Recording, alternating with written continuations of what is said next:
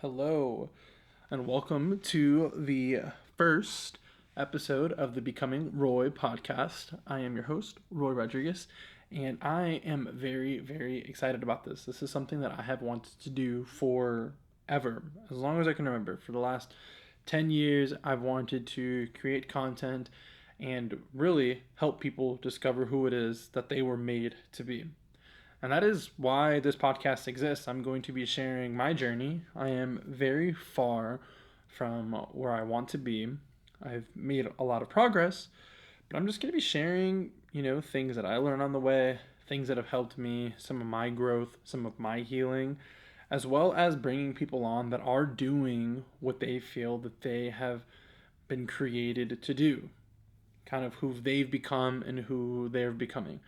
So it's going to be, yes, my journey, but also I'm going to be talking to people that are, I'm inspired by or are living inspired lives or just being who they were made to be. And so I might be referencing this a little bit because I want to be responsible with your attention. If you're listening to this or you're watching to this, that is absurd to me that you would give me your time. And so I actually don't really expect anyone to be listening to this right now. The way that I see this going is I stay consistent, which to date has been my biggest issue.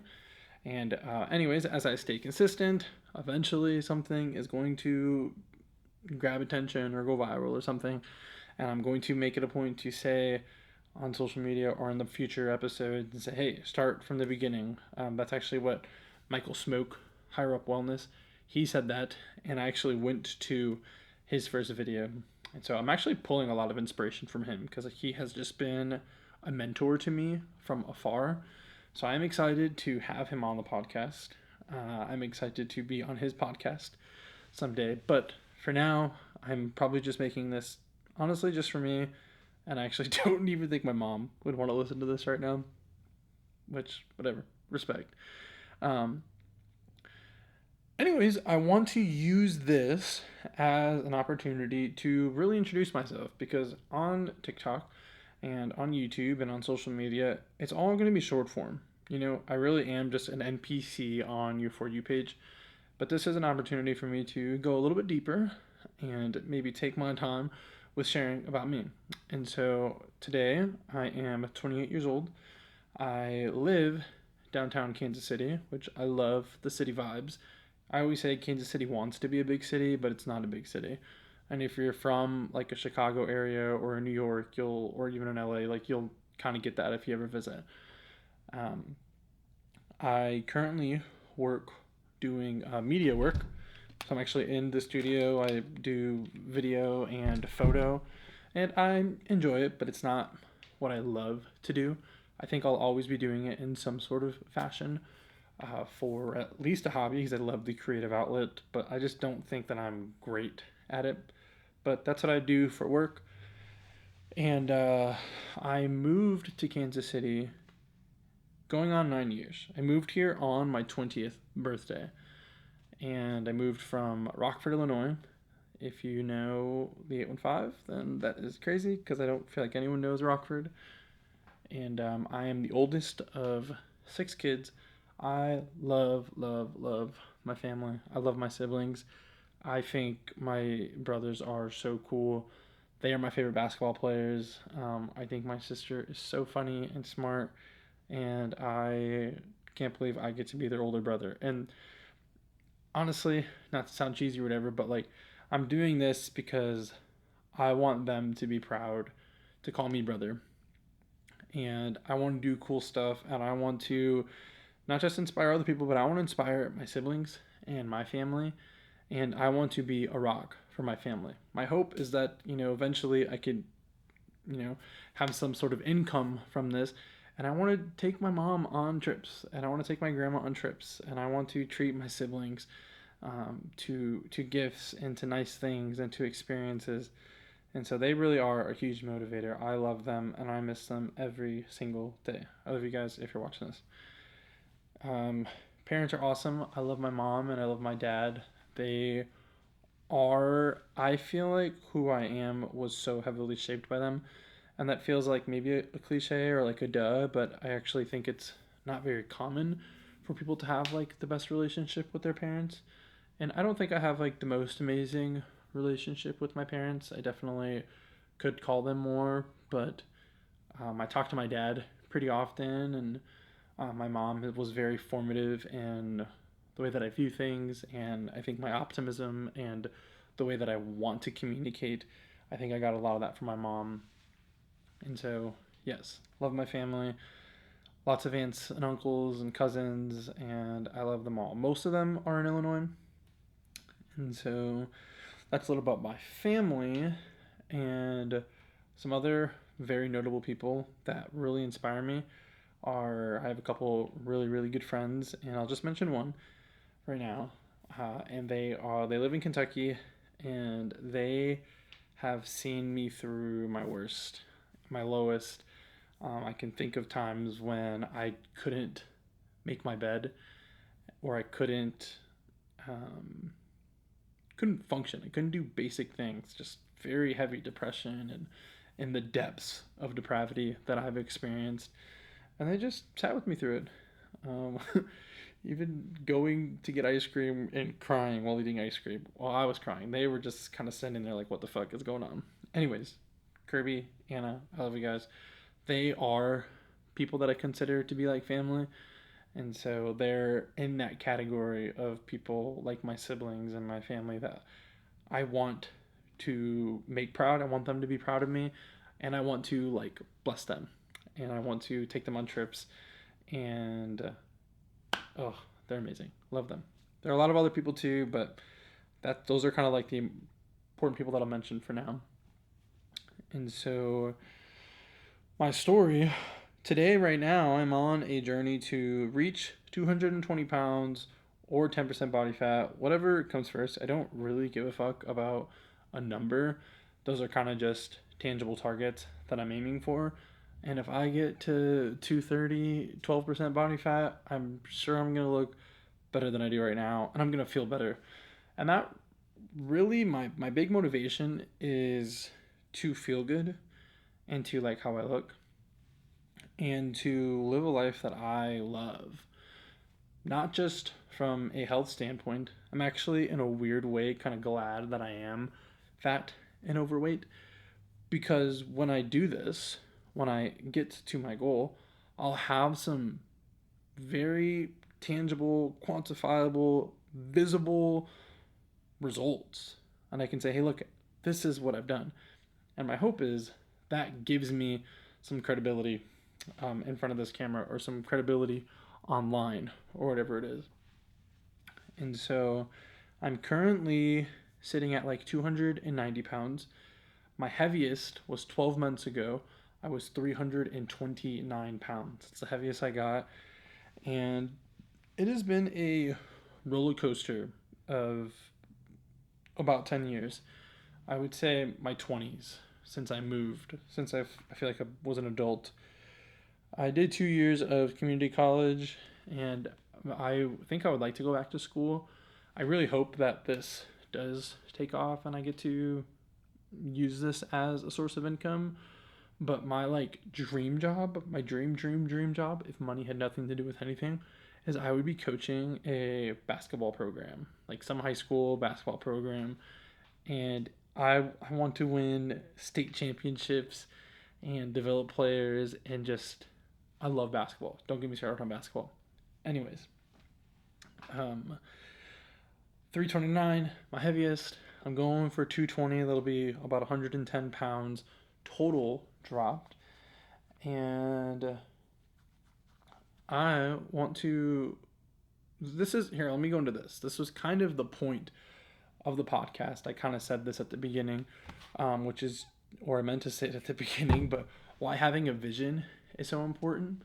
And so I'm kind of sharing a little bit about me, but really, what I want you to get away from this more than just random ass facts about Roy is you gotta have a vision. You gotta have a direction that you're going in. And so I'm grateful that God, I feel like, really helped me with a vision statement for my life several years ago. And the vision statement is I exist to help people discover who it is that God has made them to be, that the unheard would feel heard, that the unseen would feel seen, and that the unloved would feel loved through discipleship, family, and the extravagant giving of time, money, and prayer. And that is supposed to be my guiding star. I try to make decisions that through that filter. Okay, is this extravagantly giving my time? Okay, I'll do this. Is this decision gonna help me to be generous and extravagantly give money? Or okay, yes, I can do this prayer meeting. Okay, great. Like I try to filter my decisions through that lens or through that filter, if you will, and it helps me when I'm grounded. I kind of just jumped right into this. I also was practicing before I hit record, and so I don't know what I have said or haven't said. But I currently feel like I am in a huge fucking slump. Okay, I have a headache right now. I'm actually at work, and I probably should be working, and I just couldn't focus.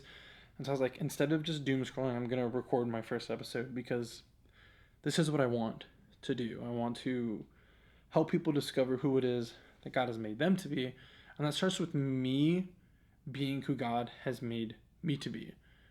I have this working belief. I'm trying to see if I fully believe it, and I think I do. It's something I've thought about for years. But I think that leaders should always do or have done what they ask people to do.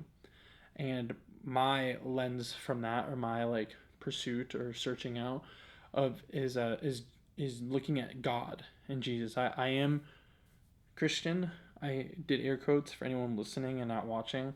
I hate that because I hate the stigma that Christians have.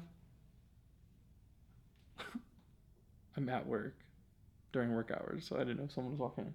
Anyways, I hate the stigma of Christian in church, and I have had the absolute worst experiences with church. Okay, maybe not the absolute worst, but I've had really, really shitty experiences with churches and Christians and charismatics and all that.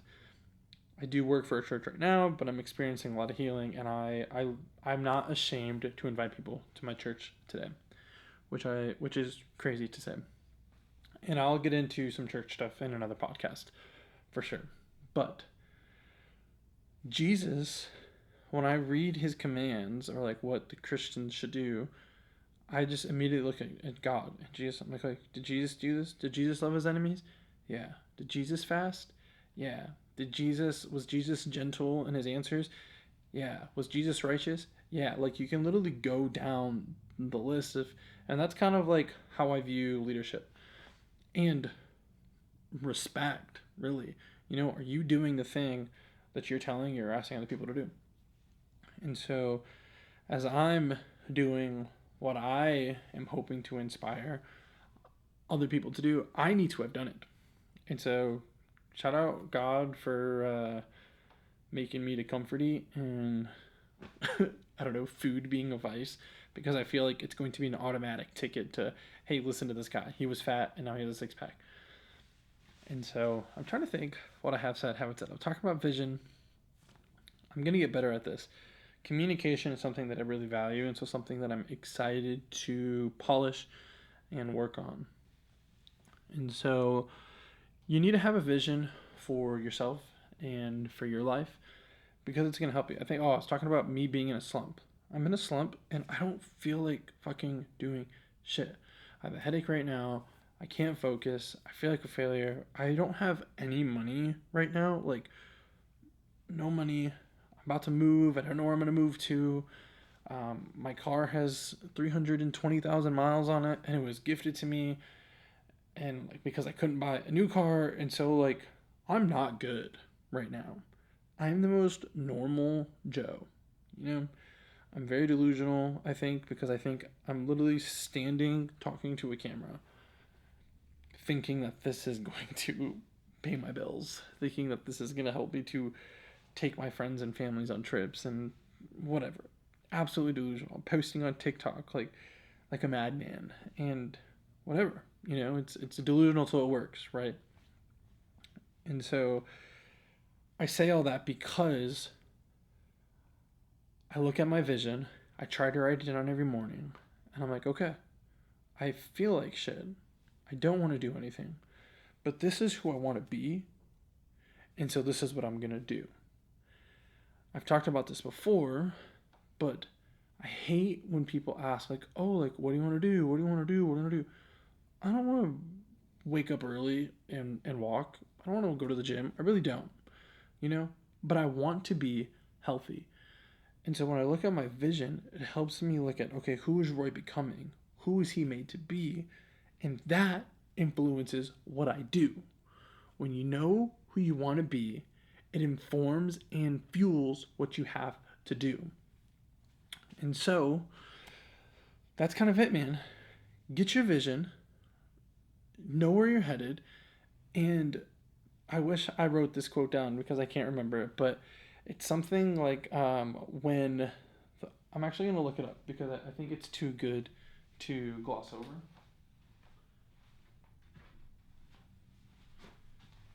It's something about when the why is strong, the what is easy. Uh,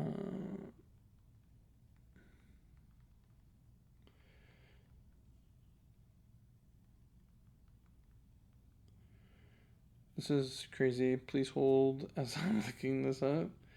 Um, if the why is powerful, the how becomes easy. Let's say that again. If the why is powerful, then the how becomes easy. And I think how you can replace for do. And the why can be replaced for be. When you know who you want to be, what you do becomes easy. And more than becoming easy, it really just helps you push through. Something I'm working on and I will share is systematizing my life.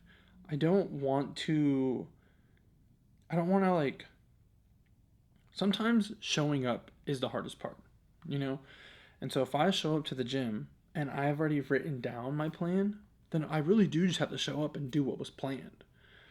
And so when we can systematize our life, which is actually kind of leaning into some of James Clear's um, what he talks about, you don't rise to the level of your success, you actually fall to the levels of your systems.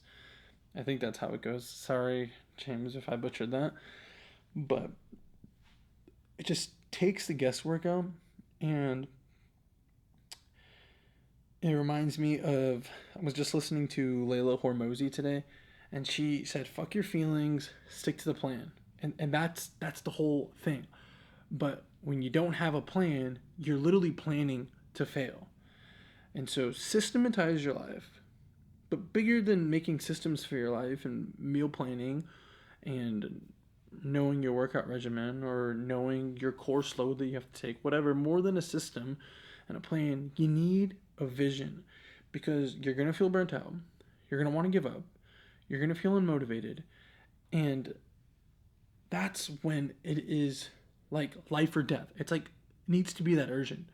You need to know who you're becoming, who you want to be, and the direction that you're headed. And so that's kind of what I'll leave you with for today. I am excited about future episodes, and I hope that this goes somewhere. And all feedback is welcome. I don't know what the hell I'm doing, and so I'm kind of figuring this out as I go. I hope to get better at this. Actually, I don't hope to. I will get better at this. And I need to figure out like a sign off.